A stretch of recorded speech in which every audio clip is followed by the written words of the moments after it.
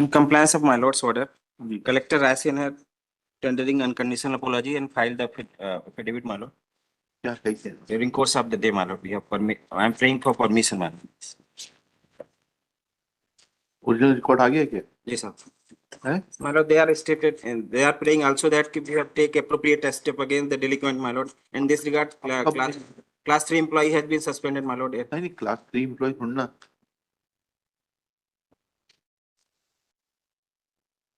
क्या कहा आपके कलेक्टर ने कहा है तहसीलदार साहब आपके ओरिजिनल रिकॉर्ड आ गया है ना जी साहब, उस चीज के लिए क्षमा प्रार्थी हैं वो, उन्होंने नहीं, क्षमा प्रार्थी नहीं है आप लोग चीजों को डायरेक्ट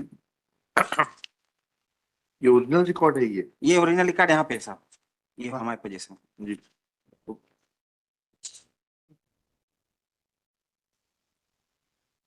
ठीक है कॉपी दे दीजिए इनको एक फोटो कॉपी करा कर सुनेंगे फिर सब। एक छोटा सा मामला है, आप आदेश करें तो अभी निराकृत हो क्या जाएगा। क्या बताइए 2 मिनट में बताइए sir petitioner has filed the appeal before the commissioner in challenging the order of SDO, जी which is pending, and my lord, honorable learned commissioner has granting interim protection in favor of the petitioner, जी which is also pending, my lord. After that, they are declaring that as para 2 of the petition, but my lord, they both are proceeding as simultaneously here. तो why commissioner is keeping them pending My lord has granted status quo in this. we'll direct the commissioner to decide it within 15 days let commissioner decide it उसके बाद आपका जो भी होगा decision उसके खिलाफ आप आइएगा मतलब कमिश्नर के 250 की प्रोसीडिंग्स पेंडिंग जो भी है लेकिन ये हम 129 में आए हैं डिमार्केशन को लेकर के तो डिमार्केशन की बात वहीं कमिश्नर को बताइएगा ना नहीं कि भाई डिमार्केशन प्रॉपर नहीं हुआ इसलिए हम Unauthorized 225 की कार्रवाई encroacher हैं ये गलत petitioner जो है। भाई 129 से ही तो 250 की कार्रवाई उत्पन्न हुई जी साहब, उसी से। ठीक है एक सेकंड प्लीज जी अब जब डिमार्केशन हुआ अगर आप उससे सेटिस्फाइड नहीं है तो आपने उसकी अपील वगैरह करी एसडीएम के एसडीएम के यहाँ तो अगर उससे संतुष्ट नहीं है कमिश्नर को बताइए कि ये कार्रवाई गलत है सर उसके अगेंस्ट हाई कोर्ट आना पड़ेगा सर कमिश्नर के पास प्रोवाइडेड नहीं है सर प्रोविजन इसलिए हमने ये फाइल करा है सर जी बताइए Sir, I am ready to, if my lord they are permitting. तो इशू ये सर कि अगर वो हाँ, डिमार्केशन हाँ, अगर कर हाँ देते बोलिए ना As per the SDO order, my lord. हाँ इनका कहना है साहब कि at the time of demarcation हमको नोटिस नहीं दिया गया। हाँ वो नोटिस दिखा दीजिए बस वही दे रहा हूँ। अपील देखने से आप पहले मैं ओरिजिनल रिकॉर्ड भी दिखा दूंगा। दिखा दिए ओरिजिनल रिकॉर्ड दिखाई जी सर। पहले आपने नोटिस दिया था इतना दिखा दीजिए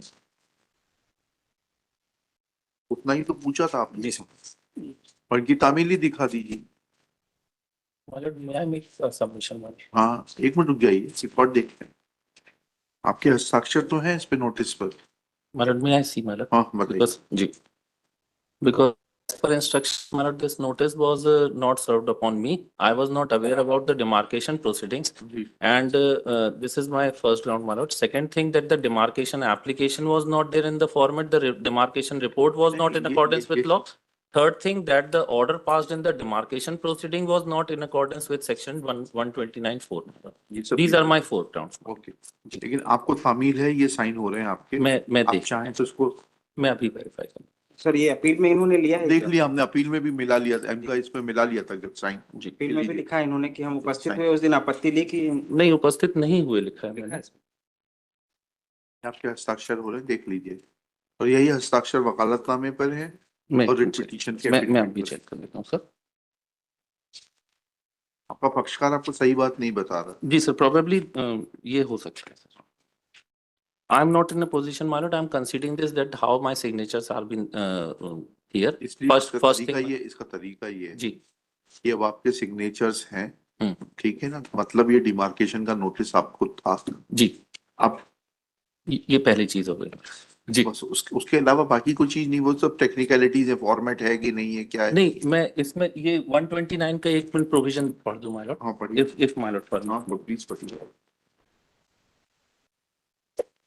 129(4) says on the receipt of the demarcation report. First thing that subsection 2 says the revenue inspector on Nagar Sevak so deputed shall after giving notice to the parties interested including the neighboring land rivers और ये इस तरीके से demarcation करेंगे इसके rules बने हुए हैं on the receipt of the demarcation report the tehsildar may after giving opportunity of hearing to the parties interested including the neighboring landholders confirm the demarcation report or may pass such order as he may thinks fit. If my lord this order page number annexure P5 में kindly be seen my Lord Yes. जी। ये 31/12/2019 का order है जी तहसीलदार साहब का। जी इसमें ये आया है कि एप्लीकेशन फाइल हुई है, हाँ डिमार्केशन रिपोर्ट सबमिट हुई और उसको फाइनल किया जाता है। No notice to anyone my lord after this because subsection एक सेकंड जी।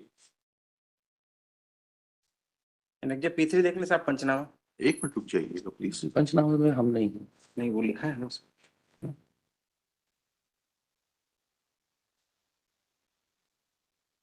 P3 में क्या लिखा है? जी हम निम्न हस्ताक्षरकर्ता कृषकगण ग्राम सो के होकर तस्दीक करते कि आज दिनांक 19/12/19 को राजस्व निरीक्षक गौहरगंज सो खसरा नंबर 160 3.64 हेक्टेयर का सीमांकन सभी पड़ोसी कृषकों को विधिवत सूचना द्वारा सूचना उपरांत मौके पर विद्यमान सीमा चिन्हों की सहायता से कर कृषकों की चतुर सीमाएं समझाई गई एवं खुटिया आपके तहसीलदार साहब क्यों लिख रहे हैं 31/12 को प्रकरण RCMS में पंजीबद्ध हो, मतलब 31/12 को आवेदन पत्र प्राप्त हुआ तो उसके पहले कैसे हो जाएगा नहीं डिमार्केट? आवेदन तो ये पढ़िए है ना। पहले P5 तो पढ़िए, एनेक्जर P1 इज द आवेदन। P5 तो पढ़िए प्लीज, ऑर्डर शीट तो पढ़िए P5 की। आपके तहसीलदार साहब जो RCMS बैकडेट पहले बाद में दर्ज होता है, पहले पहले आवेदन में। तो ये आवेदन था तो उस समय क्यों नहीं दर्ज? हाँ पहले आवेदन आएगा फिर दर्ज होगा, उसके बाद में डिमार्केशन का नोटिस होगा। Yes, sir. आवेदन दिया बलवान सिंह ने, RCMS में इस दिन क्यों दर्ज हो रहा? 31 को लिख रहे हैं तहसीलदार साहब, सब काम बैकडेट में चल रहा है।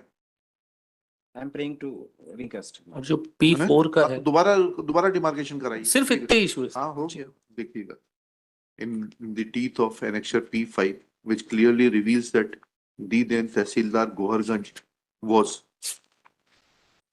undertaking proceedings in a back date as is evident from annexure P3 Panchnama in as much as on 31/12/2019 Tehsildar Goharganj had directed to record the case in RCMS, then there could not have been any demarcation on 19/12/19 prior to registration of the case on application of Jasodi Bai, widow of Bhogiram, Dhanvanti Bai, Chauhan Singh, son of Bhogiram, full stop.